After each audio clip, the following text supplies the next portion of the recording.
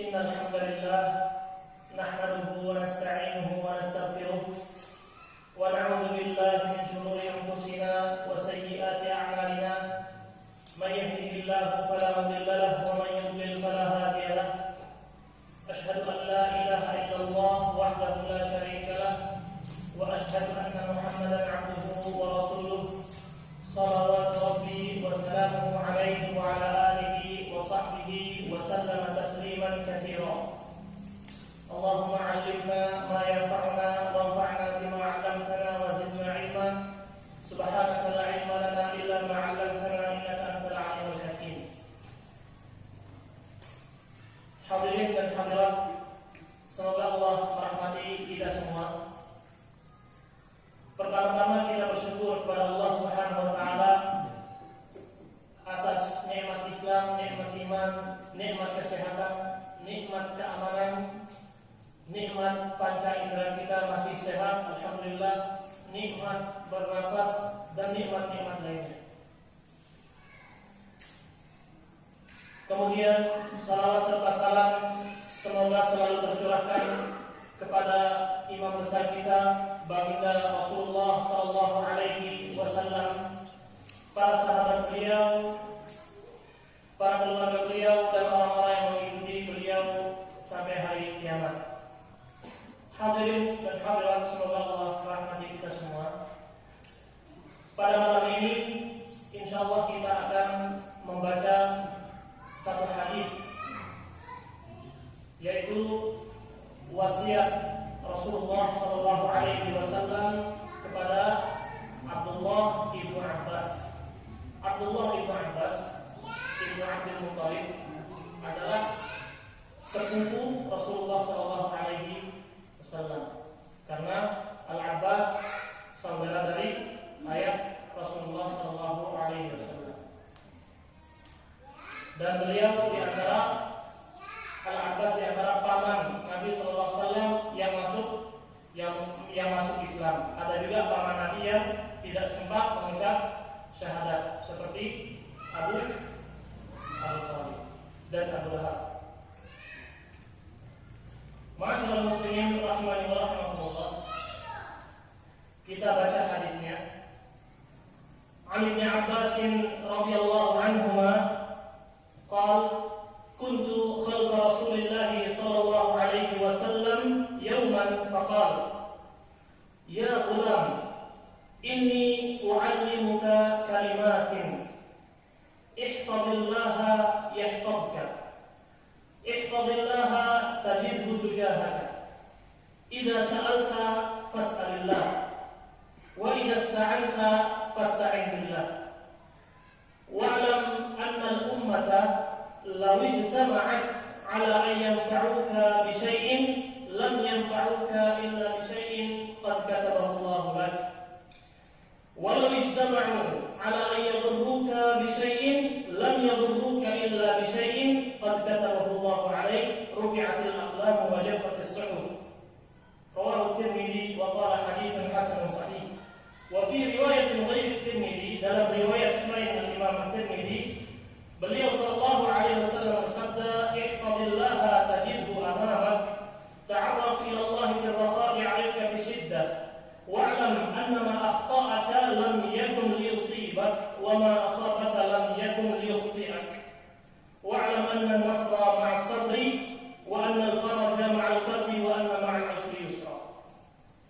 Abdullah bin Abbas radhiyallahu anhu mengatakan, suatu hari aku pernah dibonceng oleh Nabi sallallahu alaihi wasallam, entah itu di keledai beliau atau di onta, di belakang onta, atau mengendarai kuda. Kemudian beliau sallallahu alaihi wasallam mengatakan kepadaku, ya ghulam, wahai anak muda, inni u'allimuka kalimat, aku ingin mengajarimu beberapa kalimat wasiat.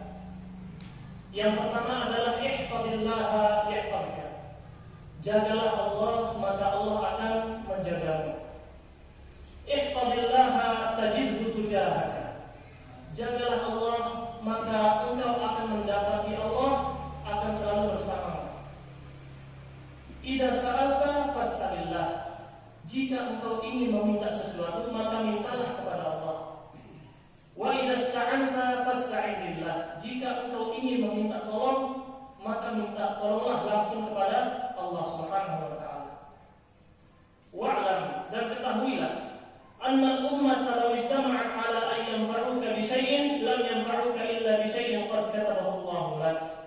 ketahuilah wahai anak muda, seandainya semua orang berkumpul dengan niat memberi manfaat kepadamu, maka mereka tidak akan bisa memberi manfaat kepadamu kecuali sesuatu yang telah Allah takdirkan untukmu. Sebaliknya, seandainya orang-orang berkumpul untuk memberi mudarat, bahaya, untuk membahayakanmu, maka mereka tidak akan bisa memberimu kebahayaan atau membahayakanmu kecuali dengan sesuatu yang telah Allah tetapkan dalam takdirnya. Rufi'atil aqlam wa jaffatis suhuf. Qalam-qalam telah kering, catatan takdir telah kering, dan buku-buku di Lauh Mahfuz atau takdir juga sudah ditetapkan. Dalam riwayat lain, Rasulullah SAW bersabda, "Ihfadillaha tajidhu amamak." Jagalah Allah, maka engkau dapati Allah selalu di hadapanmu. Ta'arraf ila Allah fil raha ya'rifka bisyiddah. Kenalilah Allah di saat engkau luar, di saat engkau senang, maka Allah akan menolongmu atau mengenalimu di saat engkau sedang kesusahan. Wa'lam annama akhta'aka lam yakun liyusibak. Ketahuilah wahai anak muda, apa saja yang memang ditakdirkan meleset, maka tidak akan pernah mengenaimu. Dan apa saja yang memang ditakdirkan menimpamu, maka tidak akan pernah meleset darimu. Wa'lam anna nasra ma'as sabri.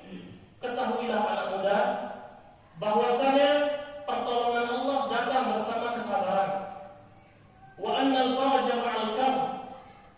Dan jalan keluar akan datang bersamaan dengan adanya kesulitan. Wa anna ma'al usri yusra. Dan kemudahan-kemudahan akan datang setelah adanya kesusahan. Ma'asyiral muslimin rahimani wa rahimakumullah. Di antara faedah yang bisa dipetik dari hadis ini adalah seseorang harus pandai-pandai mencari waktu yang tepat untuk menasihati seseorang. Bisa saja Rasulullah SAW menasihati anak muda ketika dia bermain atau di depan orang tuanya atau di rumahnya. Tapi ternyata Rasulullah SAW memilih untuk memberi nasihat kepada Ibnu Abbas di saat beliau membonceng Ibnu Abbas.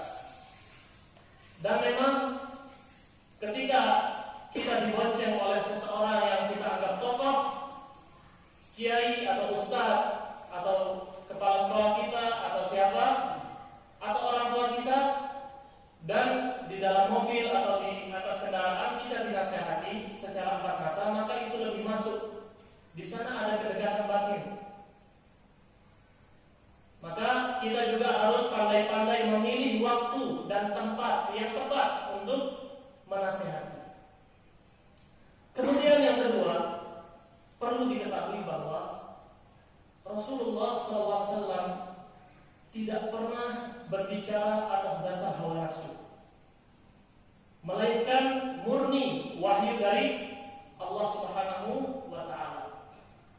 Ketika beliau Shallallahu Alaihi Wasallam memberi wasiat, maka wasiat ini benar-benar wasiat yang sangat besar, wasiat yang sangat agung, tidak boleh diremehkan, tidak boleh dilalaikan. Rasulullah SAW adalah orang yang paling ikhlas dalam memberi nasihat. Beliau SAW adalah orang yang paling bersih hatinya. Tidak ada tercampur sedikit pun hawa nafsu dalam hatinya atau kepentingan pribadi saat beliau memberi nasihat.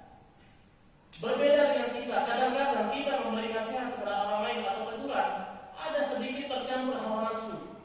Misalnya ada sesuatu yang kita inginkan yang sifatnya keinginan pribadi atau yang lainnya. Tapi Rasulullah SAW ketika memberi wasiat, maka wasiat beliau murni adalah wahyu dan ikhlas tulus dari hati beliau Sallallahu Alaihi Wasallam. Ma'asyiral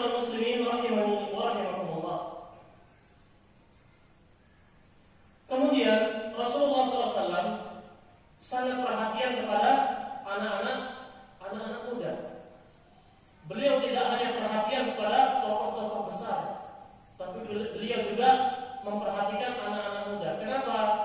Karena anak-anak muda lah yang akan melanjutkan estafet dakwah beliau alaihi salatu wassalam. Sehingga beliau sadar benar-benar para pemuda harus diperhatikan, jangan dilalaikan. Wasiat yang pertama yang beliau sampaikan adalah ihfazillah yahfazka.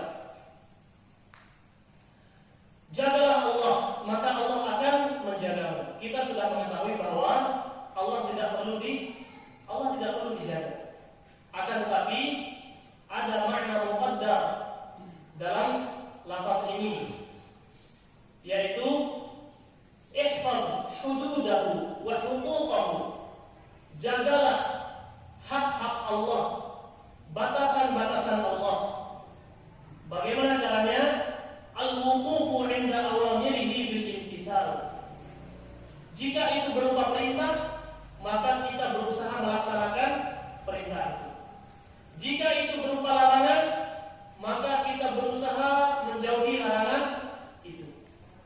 Jika itu berupa batasan-batasan Allah, maka kita tidak boleh melewati batasan-batasan yang Allah gariskan kepada kita dalam agama ini. Itulah bentuk dari ihfazillah. Jagalah batasan-batasan Allah. Jagalah batasan-batasan Allah. Di antara hal yang harus kita jaga adalah yang pertama, salat. Hafizu 'ala shalawati was salati al-wusta. Jagalah salat 5 waktu dan salat asar. Kemudian di antara wasiat Allah di dalam Al-Qur'an, wahfazu aymanakum. Jagalah sumpah-sumpah kalian. Jangan sampai kita menggunakan sumpah seenaknya. Dan di antara wasiat Allah dalam Al-Qur'an adalah jagalah pandangan kalian. Dan di antara wasiat Allah dan Rasul SAW adalah jagalah lisan kalian. Dan banyak hal-hal yang harus kita jaga dalam agama ini. Allah Subhanahu wa taala memuji orang-orang yang mampu menjaga batasan-batasan Allah. Allah Subhanahu wa taala berfirman, "Hadza ma tu'aduna likulli awwabin hafiz." Dalam surat Qaf. Man khasyar rahmana bil ghaib wa jaa'a biqalbin munib.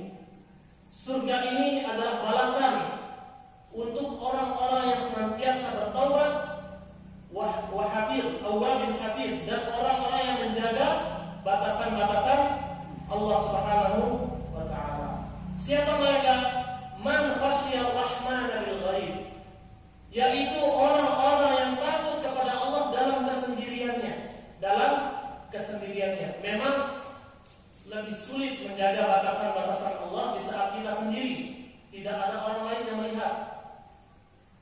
Seperti yang sering kita sampaikan, kalau di depan khalayak ramai, di depan kamera, di depan teman-teman, di depan keluarga, bisa jadi kita semua adalah terlihat orang baik atau soleh.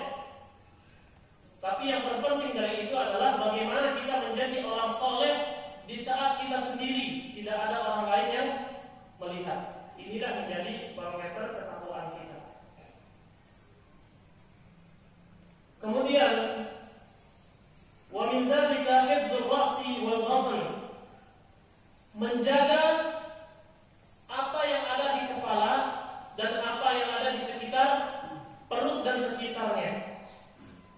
Seperti hadis riwayat Ibnu Mas'ud radhiyallahu anhu, al-istihya'u min Allah haqqal haya' an tahfadha ar-ra's wa ma wa'a wa tahfadha al-batn wa ma hawa.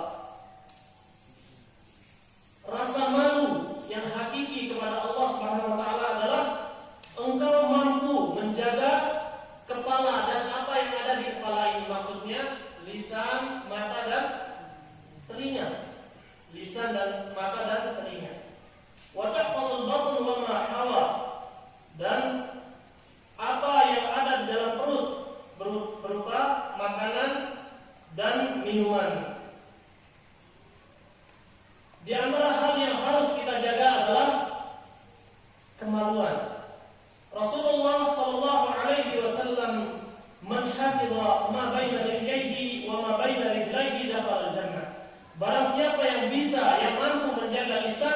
kemaluannya, maka dia akan masuk surga.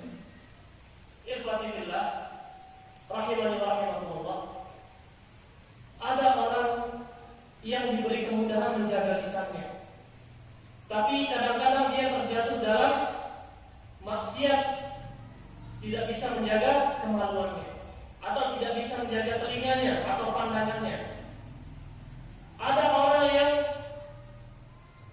terhadap wanita yang lewat, mereka menundukkan pandangan, tapi tidak bisa menjaga lisannya.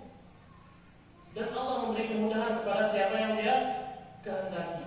Maka hendaknya kita meminta tolong kepada Allah agar kita bisa menjaga anggota-anggota tubuh ini. Kadang-kadang kita melakukan sesuatu yang kita anggap ringan, tapi resikonya sangat luar biasa. Resikonya sangat luar biasa. Contoh paling ringan adalah menulis status di Facebook atau Instagram, atau share video yang kita tidak tahu kebenarannya. Untuk mengklik, memencet tombol share atau menulis status itu tidak butuh waktu yang banyak. Tapi yang sering kita lalaikan adalah memikirkan ini status bermanfaat atau tidak. Kalau itu berupa berita, apakah berita ini benar atau tidak? Karena kenyataannya sekarang satu foto 1000 caption, satu foto bisa 1000 apa caption? Komentar. Bisa 1000 keterangan. Si A memposting foto ini, tapi keterangannya ini. Si B memposting foto yang sama, tapi keterangannya berbeda lagi. Dan begitu seterusnya. Bisa jadi kita itu gatal untuk berkomentar terhadap segala hal, tapi ternyata itu tidak bermanfaat sama sekali. Sama sekali tidak bermanfaat. Itu bahayanya dan sulitnya menjaga lisan kita, penglihatan kita, dan pendengaran kita.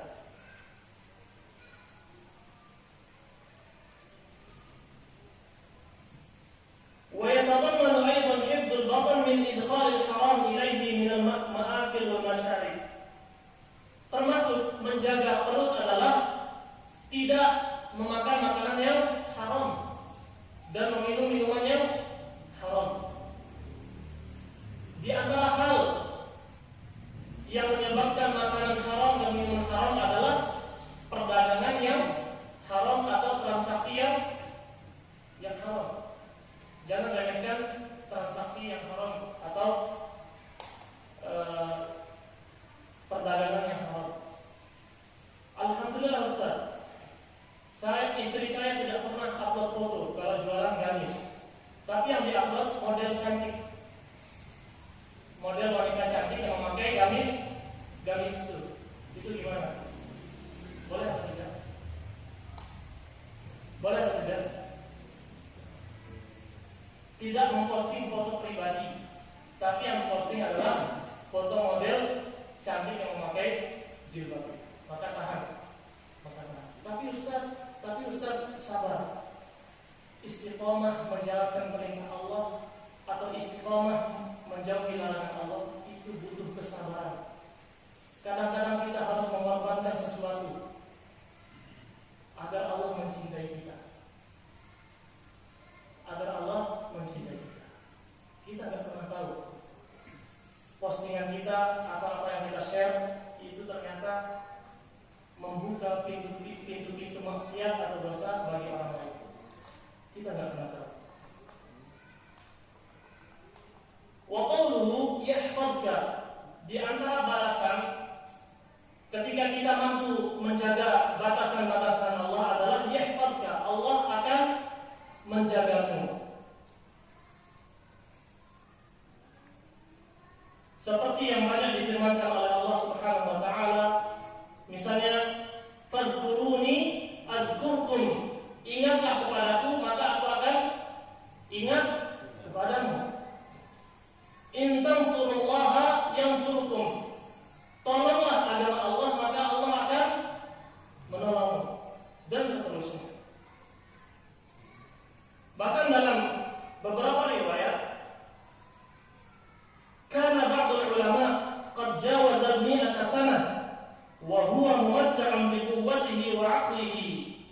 فوثب يوما وثبة شديدة فعوقب في ذلك فقال هذه جوارح حفظناها عن المعاصي في الصغر فحفظها الله علينا في الكبار. Ada sebagian ulama yang meriwayatkan sebuah kisah, yaitu ada seseorang yang umurnya sudah lebih dari 100 tahun. Suatu hari dia melakukan loncatan dengan loncatan anak muda atau gerakan yang tidak mungkin dilakukan oleh orang tua seperti beliau. Maka ditanyakan, engkau sudah berumur 100 tahun lebih, kenapa tenagamu, kekuatanmu masih seperti ini? Beliau menjawab, tubuh ini kami berusaha menjaganya saat kami masih muda, menjaganya dari maksiat kepada Allah, sehingga Allah memberikan kami kekuatan di masa kami telah tua. Jadi beliau menjaga tubuhnya dari berbuat maksiat di saat masih muda, maka Allah menjaga tubuhnya, kekuatan tubuhnya di saat beliau sudah tua. Di antara bentuk penjagaan Allah adalah yang pertama, Allah menjaga urusan-urusan dunia kita, seperti menjaga anak-anak kita, menjaga harta kita, menjaga diri kita. Kalau kita menjaga batasan-batasan Allah Subhanahu wa ta'ala. Tapi ingat, menjaga batasan Allah butuh kesabaran. Allah Subhanahu wa ta'ala berfirman, wasbir nafsaka ma'al ladina yad'una rabbahum bil ghadati wal 'ashyi yuriduna wajha. Bersabarlah kalian bersama orang-orang yang menyeru Allah Subhanahu wa ta'ala di pagi hari dan sore hari. Padahal ini perbuatan taat. Kenapa Allah wasiatkan untuk bersabar? Karena memang sabar di atas ketaatan itu sangat susah. Banyak godaan dan gangguannya, banyak sekali godaan dan gangguannya. Semakin besar nilai sebuah ketaatan, semakin besar pula godaan-godaan agar kita teralihkan dari ketaatan ini. Sehingga menjaga batasan Allah itu butuh kesabaran, butuh taufik dari Allah Subhanahu wa ta'ala.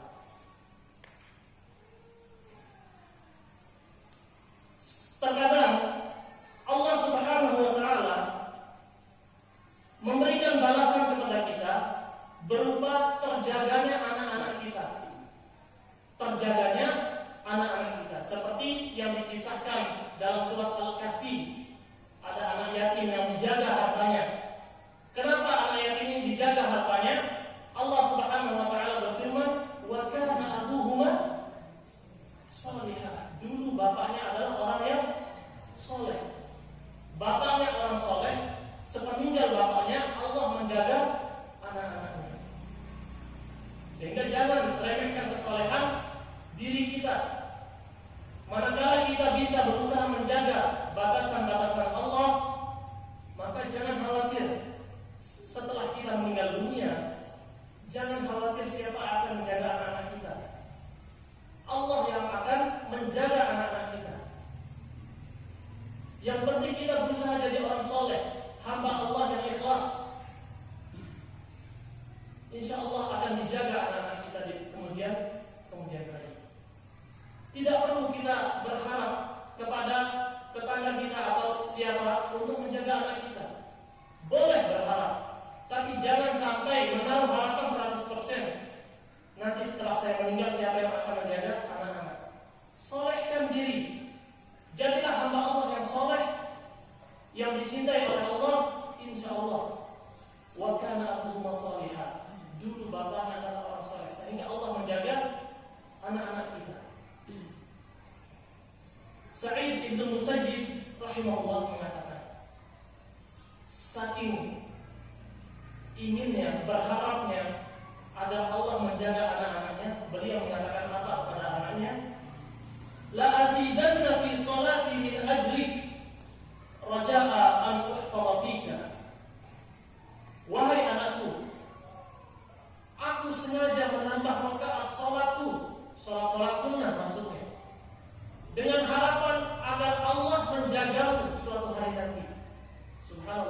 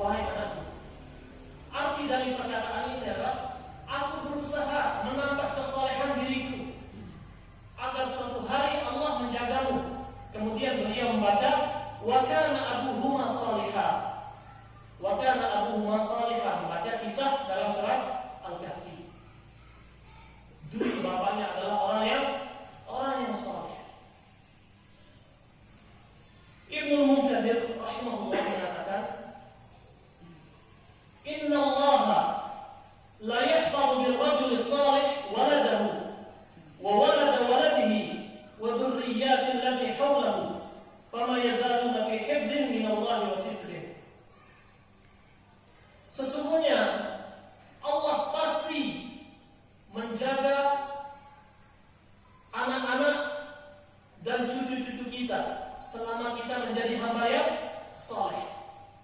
Selama kita bisa menjadi hamba yang soleh, Allah akan menjamin keselamatan anak-anak kita dan cucu-cucu kita. Subhanallah, begitu besar pengaruh kesolehan orang tua terhadap keselamatan anak-anaknya.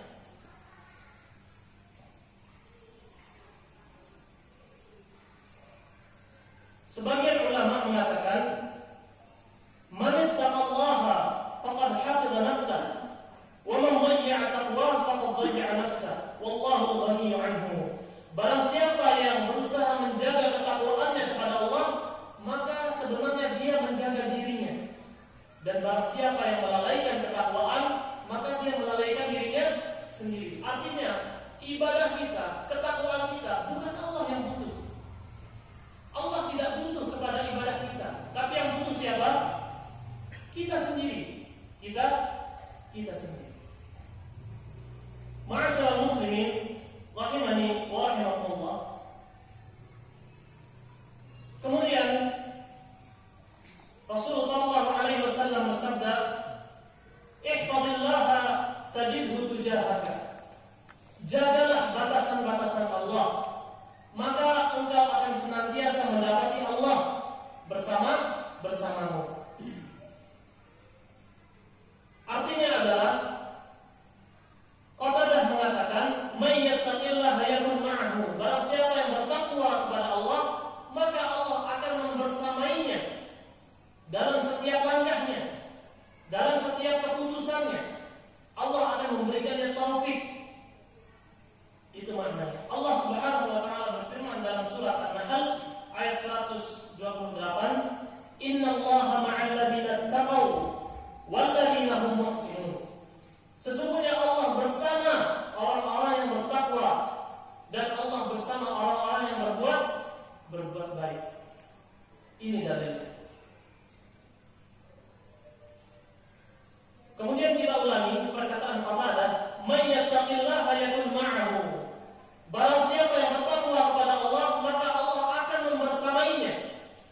Wa man yakunillahu ma'ahu fa ma'ahu fi'atul lati la tughlab.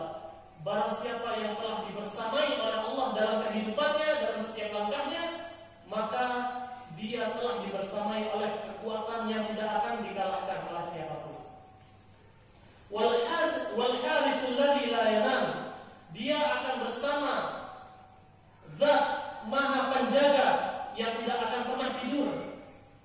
Mungkin rumah kita punya penjaga, yaitu satpam, tapi satpam bisa saja ketiduran, bisa saja capek menjaga rumah kita.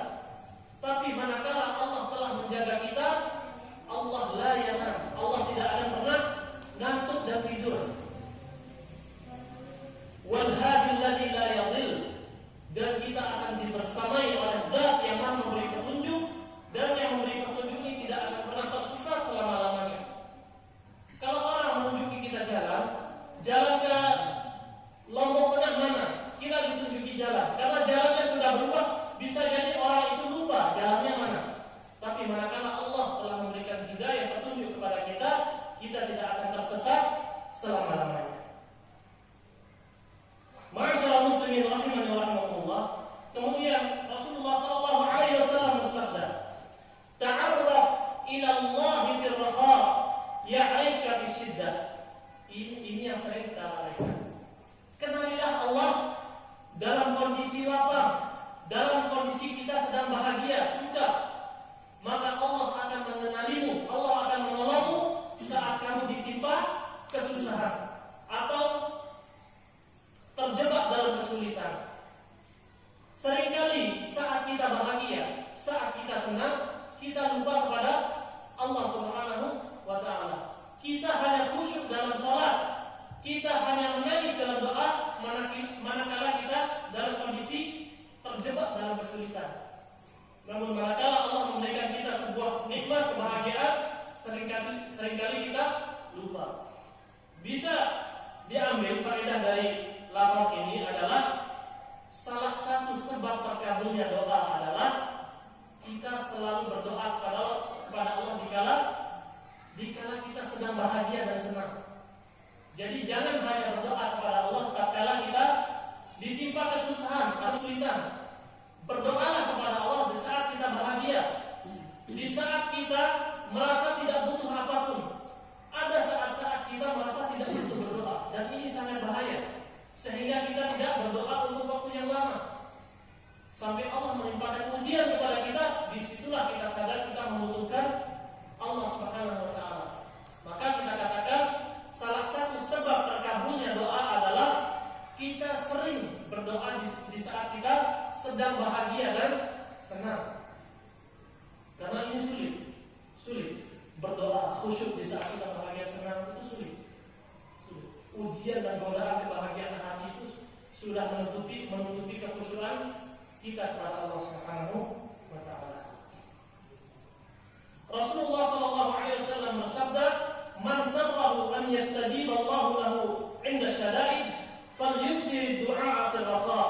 Barang siapa yang berharap doanya terkabul di saat dia terjepit atau terjebak dalam kesulitan, maka hendaklah dia memperbanyak doa di saat dia senang dan lapar. Hendaklah kita memperbanyak doa di saat senang dan lapar. Jangan hanya menangis di saat gempa bumi Lombok 7 skala Richter. Jangan hanya menangis kepada Allah. Kita berusaha berdoa kepada Allah di saat kita senang, di saat kita bahagia. Seandainya kita berusaha mencari waktu-waktu yang mustajab ketika kita terjebak dalam kesulitan, maka saat kita senang bahagia, carilah juga waktu-waktu mustajab untuk berdoa. Minta apa? Minta hidayah, minta taufik kepada Allah, minta hidayah, ditetapkan di atas keimanan.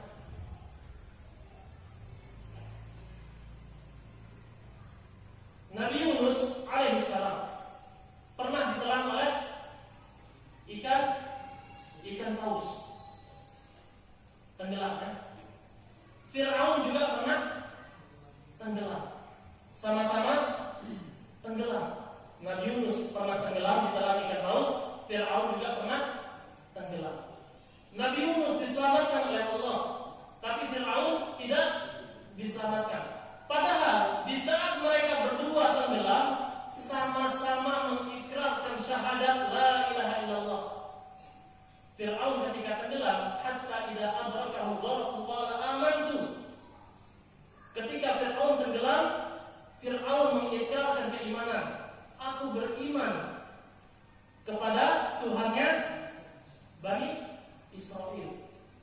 Nabi Yunus ketika tenggelam juga mengikrarkan tauhid, la ilaha illa anta subhanaka inni kuntu minadh dhalimin. Sama-sama mengikrarkan keimanan di saat mereka tenggelam. Tapi Nabi Yunus diselamatkan, Fir'aun tidak diselamatkan. Apa bedanya? Bedanya adalah Nabi Yunus alaihissalam, Allah Subhanahu wa taala berfirman, "Falamma annahu kana minal musabbihin, la labitha fi batnihi ila yaumi yub'atsun." Alasannya disebutkan dalam surat As-Saffat 144 ayat 144. Kalau bukan karena Nabi Yunus termasuk orang-orang yang banyak berzikir kepada Allah, maka dia akan tenggelam bersama paus itu. Bayangkan, sebelum tenggelam Nabi Yunus memang sering berzikir kepada Allah. Falaula annahu kana minal musabbihin. Kalau bukan karena Yunus ini sering berzikir kepada Allah dulu ketika kondisi lapar, maka dia akan tenggelam bersama ikan paus. Tapi karena Nabi Yunus sering berzikir kepada Allah, memuji Allah, bertahlil, bertahmid, bertasbih, maka di saat beliau terjebak dalam kesulitan, Allah membantu beliau. Berbeda halnya dengan Fir'aun. Apa kata Fir'aun? Apa firman Allah Subhanahu wa taala ketika Fir'aun mengikrarkan iman? Kan Fir'aun mengatakan, "Amantu. Aku telah beriman ya Allah," ketika tenggelam. Apa jawaban Allah? "Al-ana wa qad 'asaita qablu wa kunta minal mufsidin." Apakah baru sekarang engkau mengikrarkan keimanan, padahal dulu engkau orang yang merusak di muka bumi? Ketika waktu senang, waktu bahagianya Fir'aun, dia tidak beriman kepada Allah. Berbeda dengan Nabi Yunus, mengingat Allah dalam kondisi lapar dan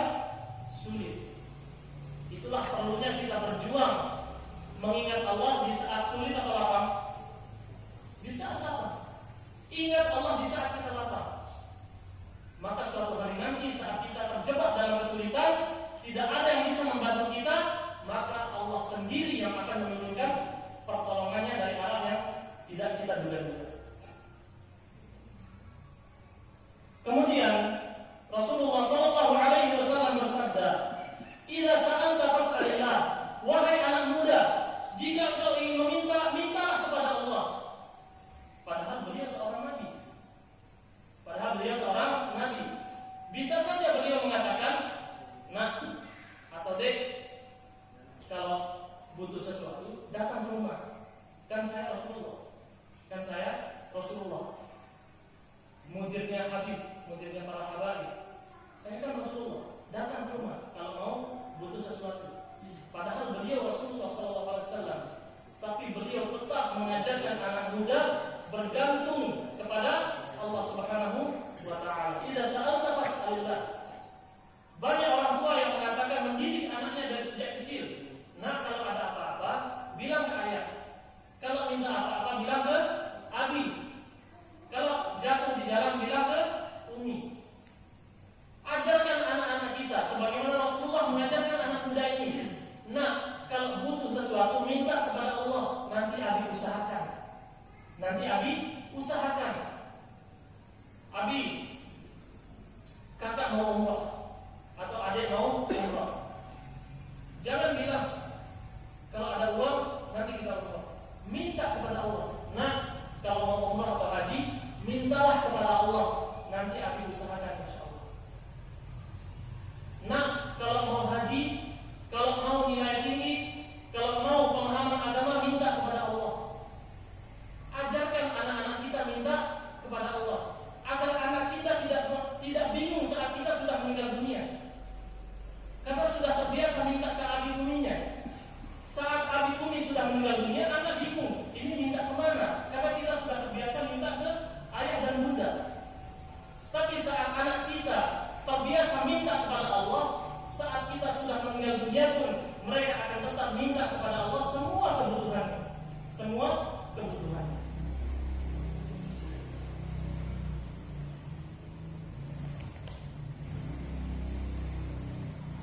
Bahkan para ulama mengatakan,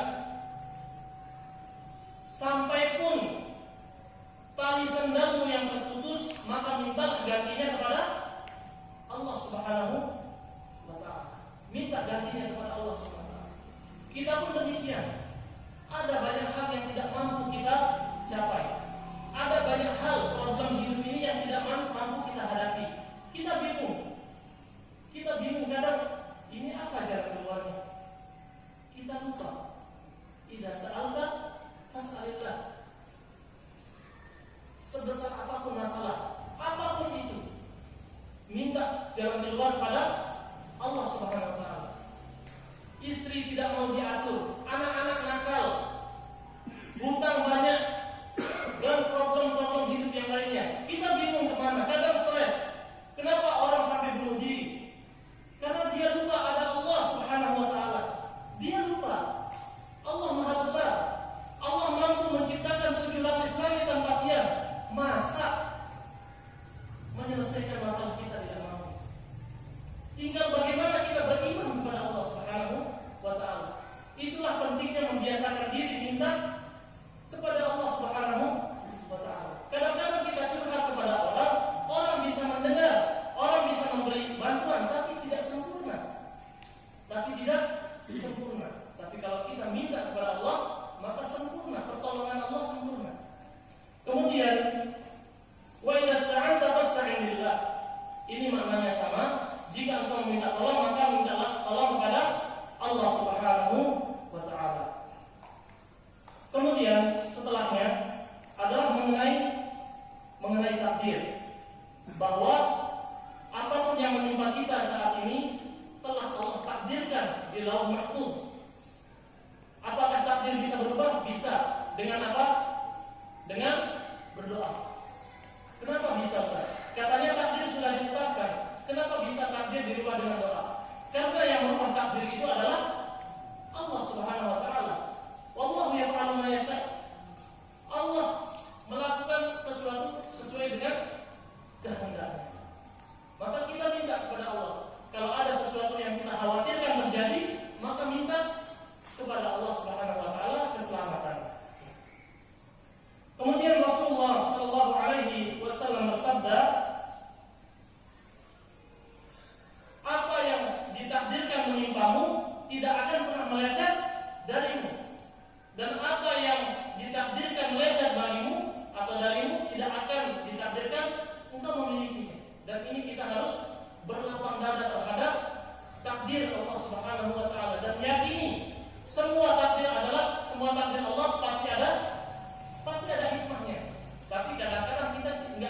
orangnya. Contoh kecil, jangan kita contohkan dengan takdir, karena Allah alim, Allah maha mengetahui segala sesuatu. Ketika kita minta es krim sementara dia batuk, kita melarangnya atas dasar kasih sayang. Apakah otomatis anak kita memahaminya kasih sayang? Tidak, karena batasan daya tangkapnya terbatas. Daya tangkap anak kecil sangat terbatas terhadap kasih sayang kita. Begitu juga kita terhadap kasih sayang Allah. Daya tangkap kita sangat terbatas untuk memahami kasih sayang Allah Subhanahu wa Ta'ala. Kemudian Rasulullah Sallallahu Alaihi Wasallam bersabda,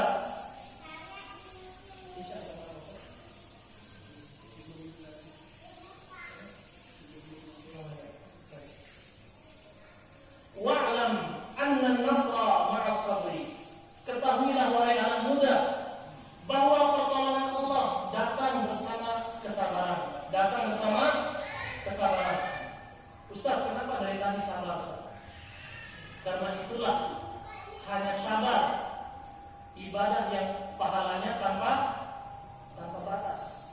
Tanpa batas. Innama yuwaffas sabirun ajrahum bighairi hisab. Ada sebagian orang yang bersabar tidak bermaksiat kepada Allah, tapi dia tidak sabar beribadah kepada Allah. Dan sebaliknya, ada orang yang sabar beribadah kepada Allah, dia sabar untuk menahan diri dari maksiat, tapi dia tidak bersabar atas takdir Allah yang menimpanya. Ada banyak jenis kesabaran. Kadang-kadang kita mengira kita sudah tidak mampu. Kita mengira kita tidak mampu. Tapi usahakan untuk sabar. Dan ingat, sabar ini ibadah yang sangat besar. Pahalanya tanpa. Makanya di antara ucapan selamat yang Allah ucapkan kepada penduduk surga ketika mereka masuk surga apa? Salamun alaikum bima sabartum. Salamun alaikum bima sabartum. Selamat atas kalian karena kalian telah bersabar. Salamun alaikum bima sabartum. Ni'mat pada inilah sebaik-baik tempat tinggal, yaitu surga. Masya Allah. Ucapan ini diberikan kepada para penduduk surga. Para penduduk surga mengatakan apa? Alhamdulillahilladzi adhaba 'anna al-hazan. Segala puji bagi Allah yang telah menghilangkan segala kesedihan dari hati kami. Itu ucapan penghuni surga. Artinya penghuni surga sebelum masuk surga mereka ditimpa kesedihan yang banyak. Kesedihan yang banyak. Entah itu berupa kefakiran, kemiskinan, lilitan hutang, diuji dengan keluarganya, atau mertuanya, atau istrinya, atau banyak hal. Tapi dia mampu bersabar, maka diucapkan kepada Assalamu alaikum bima sabartum. Banyak amal baca. Kemudian Rasulullah Sallallahu Alaihi Wasallam bersabda, wa innal faraja ma'al karb. Jalan keluar akan datang bersamaan dengan adanya kesukaran atau kesulitan. Sebagaimana sabda Nabi SAW setelahnya, wa anna ma'al usri yusra. Kesulitan bersama atau kemudahan datang bersama. Inna ma'al usri yusra. Ingat, Allah mengatakan ma'a. Apa artinya ma'a? Setelah atau bersamaan. Tidak dikatakan datang setelah, tapi bersama kesulitan ada kemudahan. Ada kemudahan. Dan dalam surat Al-Insyirah berapa kali disebutkan inna ma'al usri yusra? Berapa kali? Di sana ada satu kesulitan, ada dua kemudahan. Karena yusra dalam ilmu bahasa Arab disebutkan dalam bentuk nakirah. Nakirah umum. Al-usr ada alif lamnya. Apa itu? Ma'rifah. Jadi satu kesulitan. Dan para ulama mengatakan mustahil dua kemudahan mengalahkan atau dua kemudahan terkalahkan oleh satu kesulitan. Apalagi Allah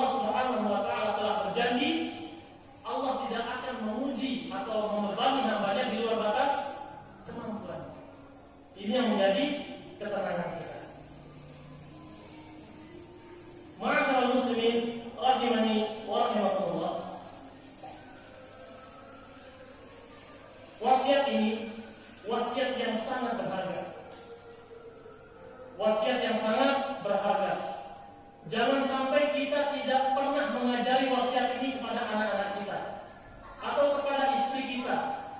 Kapan disampaikan Ustaz? Tidak apa-apa antum sampaikan di dalam mobil atau dalam ketika antum bonceng istri atau anak. Katakan kepada istri dan anak, Umi, nah, kalau mau umrah, kalau butuh sesuatu, biasakan untuk meminta dulu kepada Allah Subhanahu wa taala. Karena ini sesuatu yang sangat halus. Kenapa kita katakan sangat halus? Kita kalau ditimpa rasa sakit, yang pertama kali terbetik di benak kita dokter atau Allah Subhanahu wa taala. Tanpa kita sadari. Kadang-kadang ketika kita jatuh di jalan, ini luka alhamdulillah, yang pertama kali terbetik di benak adalah puskesmas atau UGD, dokter spesialis. Dokter spesialis itu yang terbetik. Kenapa? Kita tidak membiasakan diri, istri dan anak-anak kita untuk bergantung kepada Allah Subhanahu wa taala, kemudian ahlinya. Kemudian ahlinya. Ustaz, anak saya nggak bisa matematika atau bahasa Inggris. Berdoa kepada Allah, suruh berdoa kepada Allah agar dipahamkan matematika, bahasa Inggris, fisika dan lain-lain. Biasakan. Ustaz, istri saya kenapa seperti ini? Berdoa kepada Allah, minta agar Allah memberikan taufik kepada istri antum menjadi istri yang salihah. Segala keluhan yang kita sampaikan kepada Allah pasti akan berbuah kebaikan. Ana ulangi, segala keluhan yang kita sampaikan kepada Allah pasti berbuah kebaikan. Dalilnya adalah Rasulullah SAW bersabda, "Ma min muslimin yad'u Allah bi da'watin laisa fiha ithmun wala qati'atu rahim illa a'tahu Allah iyyaha ihda thalath, imma an yu'ajjala lahu da'watuhu aw yadkhiraha lahu fil akhirah aw yasrifa anhu min as-su'i mithlaha." Tidaklah seorang muslim berdoa kepada Allah, meminta kepada Allah dengan sebuah doa yang tidak mengandung dosa atau memutus silaturahmi, kecuali Allah akan mengabulkannya dengan salah satu dari 3 bentuk pengabulan. Yang pertama adalah doa itu langsung dikabulkan seperti permintaannya. Yang kedua, Allah akan jadikan doa itu simpanannya di akhirat. Yang ketiga, atau Allah hindarkan dia dari musibah senilai dengan doanya itu. Sekarang pertanyaannya, apakah ada doa yang sia-sia? Demi Allah, tidak ada doa yang sia-sia. Antum minta 10 tahun, 20 tahun tapi tidak dikabulkan oleh Allah, percayalah 20 tahun antum meminta sesuatu itu tidak akan sia-sia. Ya Allah, saya sudah menikah 20 tahun dan saya sudah berdoa kepada Allah agar dikaruniai anak, tapi 20 tahun ini saya berdoa belum dikabulkan. Demi Allah, doa antum tidak sia-sia. Demi Allah, doa antum tidak akan sia-sia. Akan menjadi tabungan di akhirat. Bayangkan, saat kita butuh pertolongan Allah, saat kita merasa amalan kita tidak cukup untuk menyelamatkan kita di akhirat, ternyata kita lupa bahwa ada beberapa doa yang belum Allah kabulkan di dunia, Allah keluarkan di akhirat sebagai bentuk pertolongannya kepada kita. Membahagiakan atau tidak? Kadang-kadang banyak doa kita yang belum Allah kabulkan di dunia, tapi ternyata kita sangat butuh pertolongan Allah di akhirat nanti. Saat kita merasa amalan kita belum cukup untuk selamat di akhirat, maka Allah mengeluarkan tabungan-tabungan ini, yaitu doa-doa yang belum sempat dikabulkan di dunia. Atau bentuk yang ketiga, kita berdoa kepada Allah tapi tidak dikabulkan, tidak juga menjadi tabungan di akhirat, tapi Allah menghindarkan kita dari sebuah keburukan yang sebelumnya kita ditakdirkan saat gempa kejatuhan menara masjid, tapi karena ada doa kita yang belum terkabulkan, kita meleset sedikit.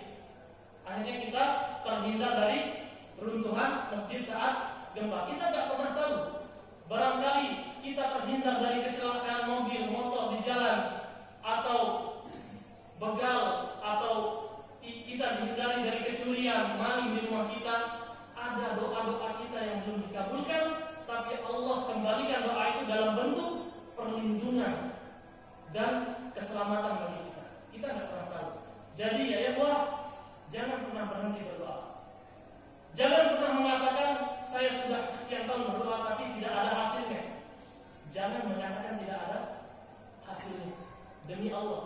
tidak ada doa yang sia-sia. Tidak ada doa yang sia-sia. Seandainya semua doa kita tidak ada yang dikabulkan di dunia, maka berbahagialah jika ternyata doa itu menghapus segala hisab kita di akhirat. Dan ternyata kita langsung masuk surga tanpa hisab, tanpa azab, karena semua doa kita belum dikabulkan. Itulah yang dinamakan tabungan akhir. Barangkali ini yang bisa kita sampaikan. Semoga apa yang kita sampaikan bermanfaat dan bisa kita amalkan dalam kehidupan sehari-hari. Adapun apa yang keliru, apa yang salah kami sampaikan, kami mohon maaf, beristighfar kepada Allah Subhanahu wa taala karena murni keterbatasan ini, dan bisa aku sampaikan kekeliruan ini kepada kami langsung atau melalui WhatsApp. Dan jika ada kebenaran, maka itu murni taufik dan pertolongan dari Allah Subhanahu wa taala. Wallahu taala a'lam. Subhanakallahumma wa bihamdika asyhadu an la ilaha illa anta astaghfiruka wa atubu ilaik. Wa akhiru da'wana